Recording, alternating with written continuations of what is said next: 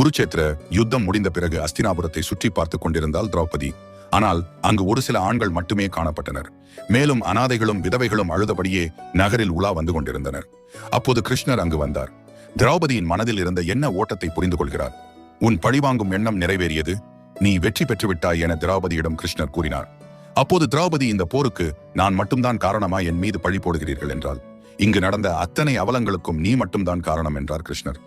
நான் என்ன செய்தேன், என் மீது என்ன தவறு உள்ளது என்றால் திரௌபதி, உன் சுயம்பரத்தில் நீ கர்ணனை அவமானப்படுத்தாமல் இருந்திருந்தால் இந்த போர் நடந்திருக்காது. பிறகு குந்தி உன்னை 5 கணவர்களுக்கு மனைவியாகும்படி கட்டளையிட்டதை நீ ஏற்காமல் இருந்திருந்தால் இந்த யுத்தம் நடந்திருக்காது. அதன் பிறகு அரண்மனையில் பார்வையற்றவர்களின் மகன்கள் குருடர்கள் என துரியோதனனை நீ அவமானப்படுத்தினாய்.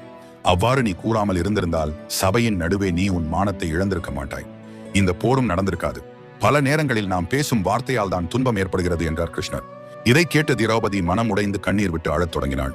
இதனால் தான் சொல்லும் வார்த்தை ஒரு நாள் கொள்ளும் பாஞ்சாலியா என கூறுகின்றோம். இதேபோல்தான் நம் வாழ்விலும் நாம் பேசும் வார்த்தைகளில் கவனமாக இருக்க வேண்டும். பிறரை காயப்படுத்தும்படி கூறும் சொற்களை தவிர்த்தாலே பல துன்பங்கள் நிகழாது. நாம் சொல்லும் ஒவ்வொரு வார்த்தையும் முடிவு நல்லதாகவும் கெட்டதாகவும் இருக்கலாம்.